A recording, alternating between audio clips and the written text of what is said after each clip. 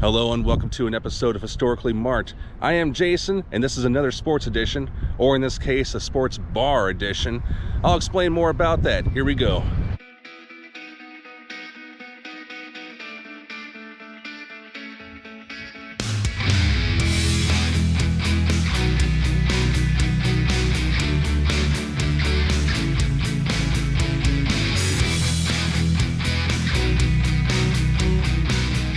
Sports bars have been part of American culture for decades now.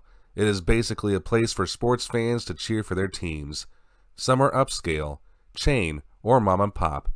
You'll find televisions all over the place, some bigger than others.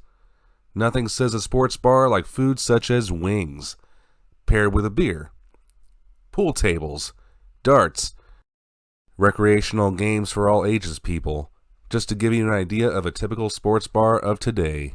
But the roots of the first original sports bar can be traced in a few different places, one of them possibly being in Buffalo, New York. But if you do a Google search, you'll find a few articles that come to a consensus, including one from Fox News as well as other sources. The first original sports bar was Palermo's Tavern in St. Louis, and it's just right around the corner over there. So from 1933 to 1966, it served as an unofficial or official sports bar. Paul Palermo was an Italian immigrant who moved to the United States sometime during the 1880s. He had already owned two saloons in the St. Louis and East St. Louis area before Prohibition had shut its operations down. But he and his wife bought the property right over there in 1923 with another kind of business venture in mind, as simply a store that sold smaller items. He would eventually turn the bar in later years to his son Jimmy, who had served in World War II as well as the Korean War. Jimmy, by the way, was also a bat boy for the St. Louis Browns. So the store's location was a no-brainer because Sportsman's Park was just right here, right at the corner. And I know it's kind of hard to see because this site has been redeveloped and it is now the Herbert and Hoover Boys and Girls Club property. But that right there was the old ball field and the stands were like right there. And as most of us know, Prohibition was throughout the 1920s and early 1930s.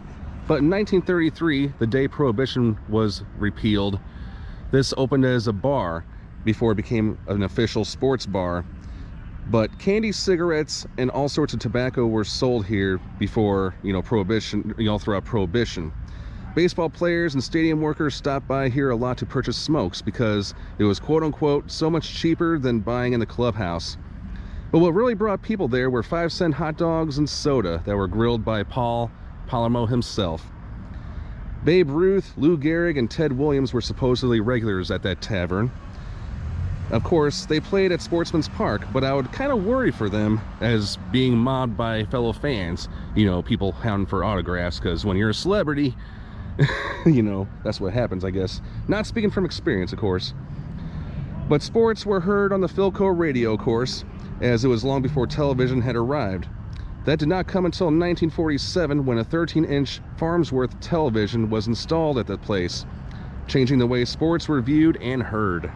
Many local brews were served here, mostly Griesdeek, I hope I am pronouncing that right, but in 1953, the year when Augustus, or also known as Gussie Busch, purchased the St. Louis Cardinals baseball team, and with him already being a loyal patron of Palermo's, it was decided that anything Budweiser only had to be served there. All throughout the bar, there was memorabilia, including autographed photos of ball players, cracked bats that were collected at Sportsman's Park, and clothing such as hats, caps, and uniforms worn by the baseball teams from both St. Louis Browns and St. Louis Cardinals players. So Palermo's Tavern is known to be a forerunner in establishing the sports bar format, offering all the popular games of the day, and as well as recreational activities such as billiards, table shuffleboard, pinball, and once a week poker. When a sporting event wasn't on television or radio, there was a jukebox to keep everyone entertained. So by 1956, the tavern had offered televisions on all corners of the bar and one over the bar. Even though many people had their own sets at the time, Palermo's was all over the place to enjoy a pleasant meal, watch the ball game, and of course socialize. Foods such as hamburgers, hot dogs, french fries were served here, and of course buffalo chicken fingers and wings were not really popularized until about a decade later.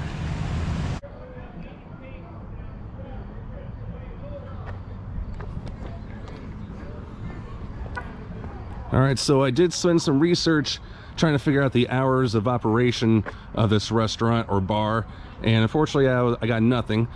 So I even checked the social media pages and whatnot, but so what days or hours is beyond me. Hopefully somebody can find me in the comments.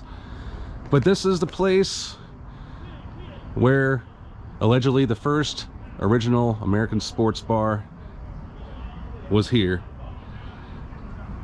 And I wish I could go in because there's a closed sign there. You have to be 35 of age and have an ID to prove it to get in there. I guess 21 is out of the question. But I'm gonna go ahead and just give you a little shot of the outside, closer look. And there are cameras here, so just be careful. Obviously don't do anything stupid. And this here is the outdoor patio area as it looks to be.